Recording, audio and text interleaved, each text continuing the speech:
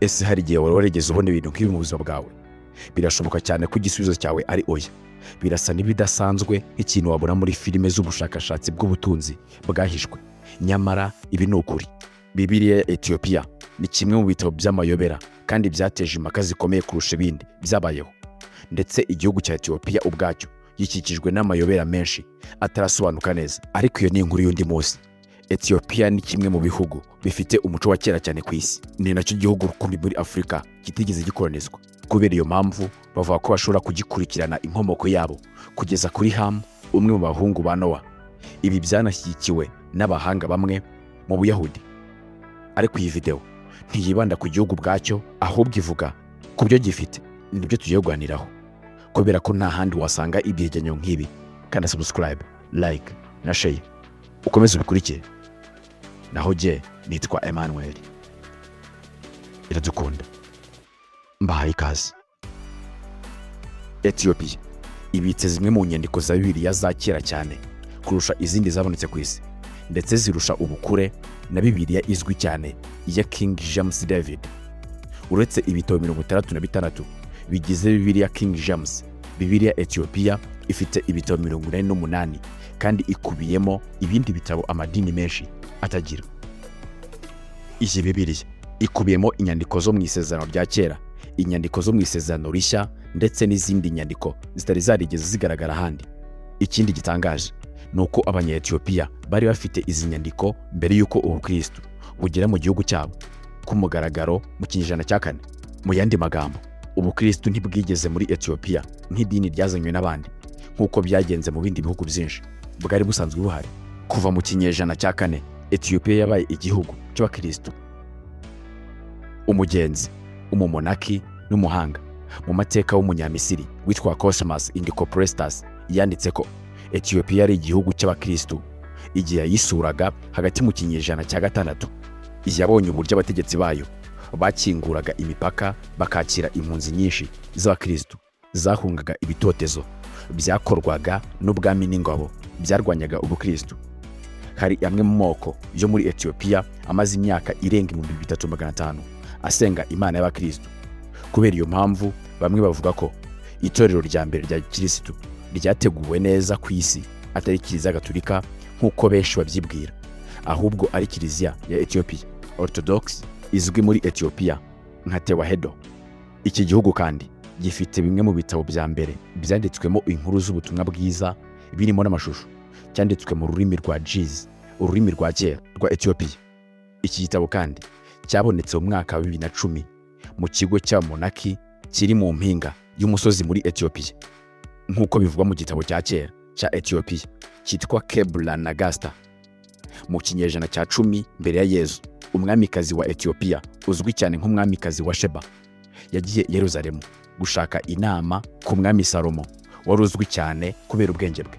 Ibyo kujya kwe i Yerusalemu binavugwa muri Bibiliya yemewe, ariko icyo Bibiliya itubwira ni uko ngo umwamikazi Sheba n'umwami Salomo babyaranye umuhungu witwaga Menereki. Umwamikazi wa Sheba yasubiranye n'uwo mwana muri Etiyopiya amugira umwami wa mbere w'icyo gihugu. Mu mwaka wa 2012 abahanga bakoze ubushakashatsi ku miterere y'uturemangingo DNA bw'Abanya-Etiyopiya benshi basanga hari ibimenyetso bishobora gushyigikira inkuru ivuga urugendo rwa Sheba i Yerusalemu, ndetse n'uko hashobora kuba harabaye ukwivanga kw'amaraso hagati y'Abanya-Etiyopiya n'abandi bakomokaga mu Misiri, muri Isiraheli cyangwa muri Siriya mu myaka igera ku 3000 ishize, igihe bivugwa ko umwamikazi wa Sheba yategekaga. Ibi byatumye bamwe bavuga ko iyo nkuru ishobora kuba ifite ishingiro, nubwo itaremezwa neza burundu. Nubwo Bibiliya Etiyopiya ifite amateka maremare kandi afite agaciro gakomeye, ntirashyirwa mu rutonde rwa Bibiliya zemewe n'amadini menshi. Mu by'ukuri abantu benshi harimo n'Abakristo ntibigeze banumva bavuga Bibiliya ya Etiyopiya. Ibi bintu bituma hibazwa impamvu yaba itarashyizwe ku rutonde cyangwa itaramenyekanye cyane. Kugira ngo twumve neza, reka tubanze dusubire mu mateka.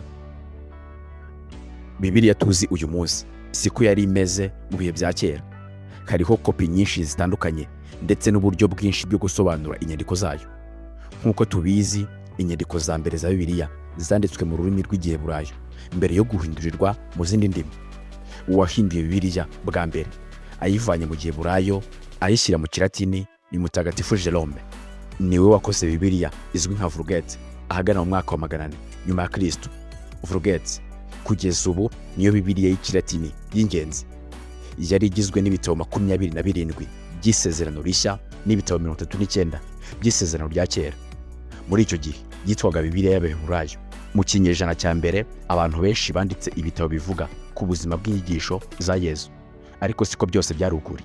Ibimwe byari inkuru zahimbwe zisa n'inkuru z'abafana zivuga ku buzima bwa Yesu.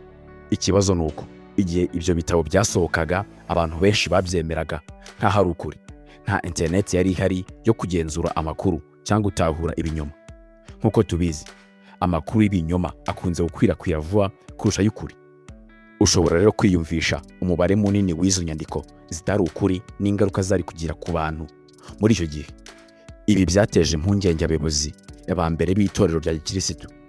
Niyo mpamvu bahuriye mu nama ya Nikeya mu mwaka wa 325 nyuma ya Kristo, ndetse no mu nama ya Constantinople mu mwaka wa 381 kugira ngo bemeze ibitabo bizashyirwa mu isezerano rishya. Abafashe umwanzuro ko igitabo cyemerwa nk'ibyanditse bitagatifu cyangwa byera ari icyanditswe n'umwe mu bigishwa ba Yesu cyangwa umuntu amubonye yigisha. Nanone cyagomba kuba cyaranditswe mu kinyejana cya mbere kandi ntikivuguruzanye n'ibindi byanditswe.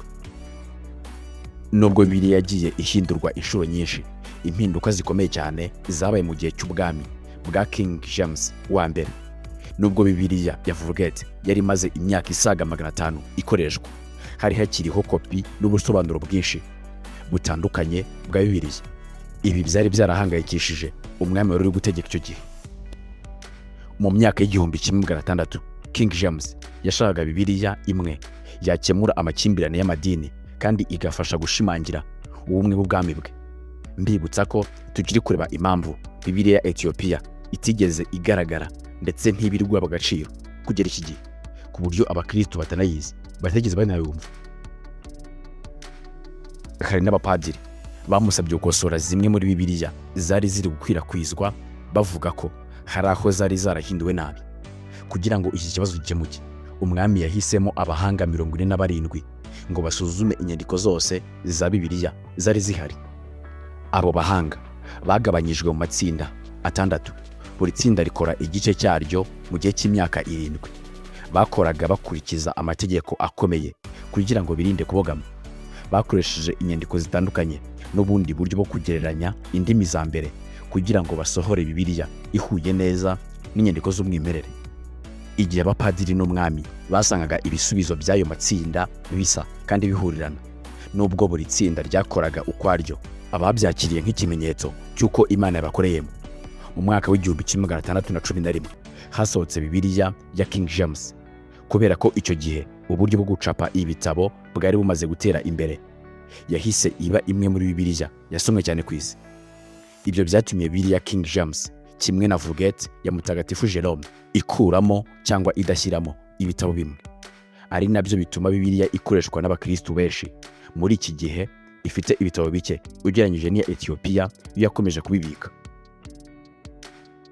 None tumaze kurebera hamwe amateka magufi ya Bibiliya, reka dusubize ikibazo gikomeye: kuki Bibiliya ya Ethiopia itemerwa n'amadini menshi?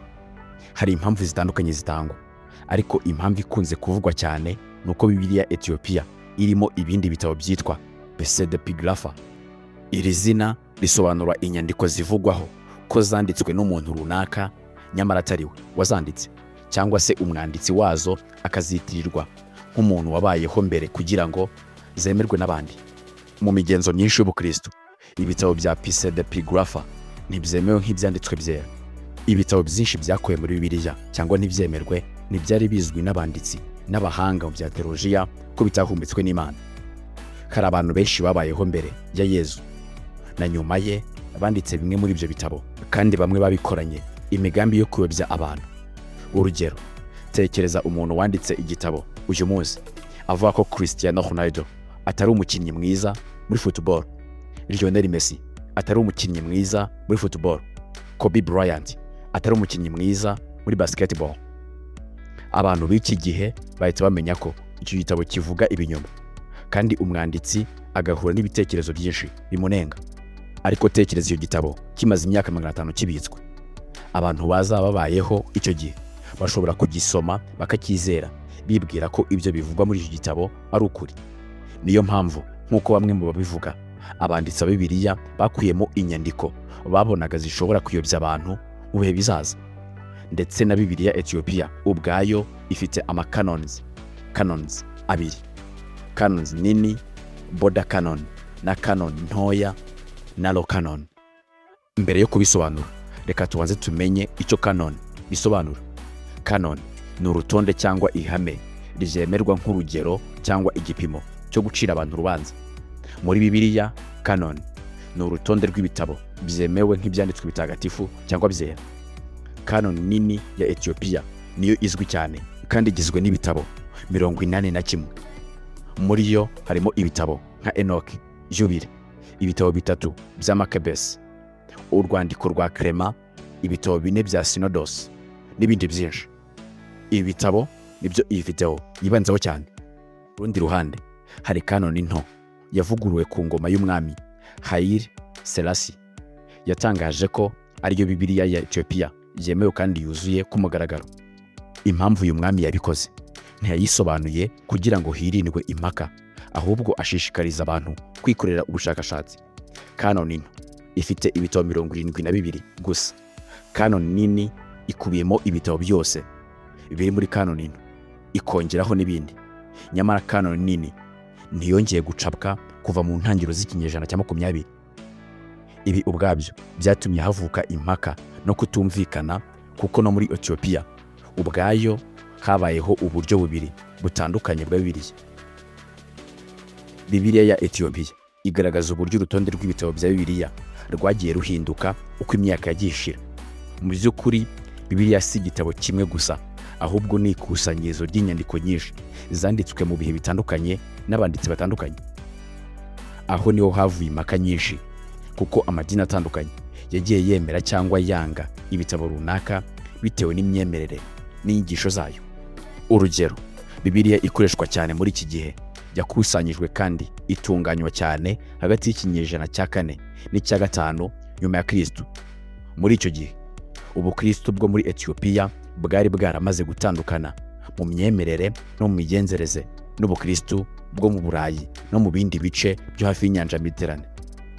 Kugeza uyu munsi ayo matandukaniro aracyagaragara.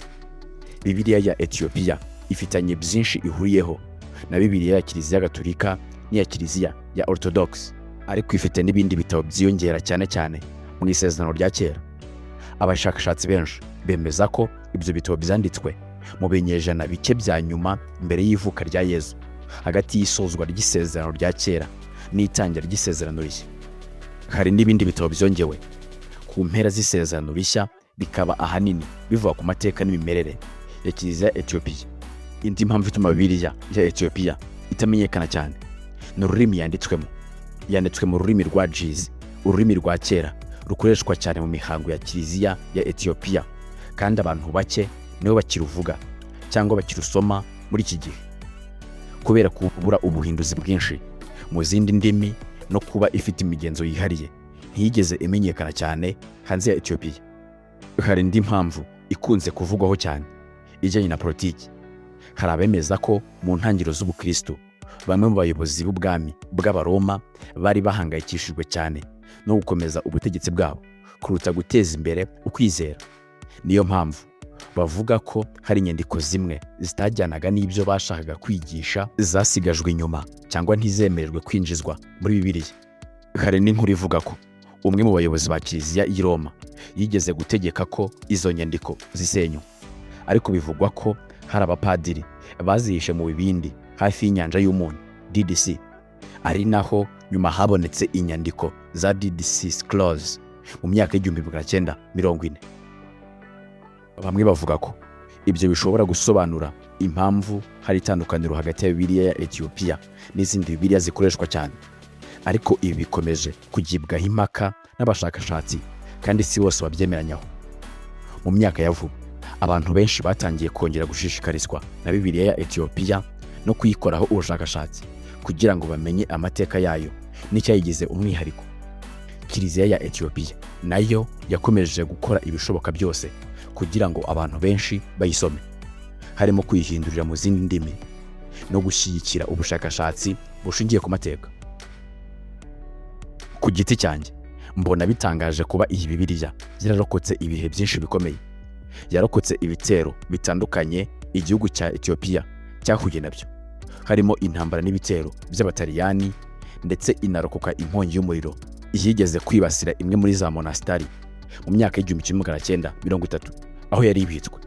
Kuba yarakomeje kubaho kugeza n'ubu ni kimwe mu bituma ikomeza kuba imwe mu nyandiko za kera zikikijwe n'amayobera menshi ku isi.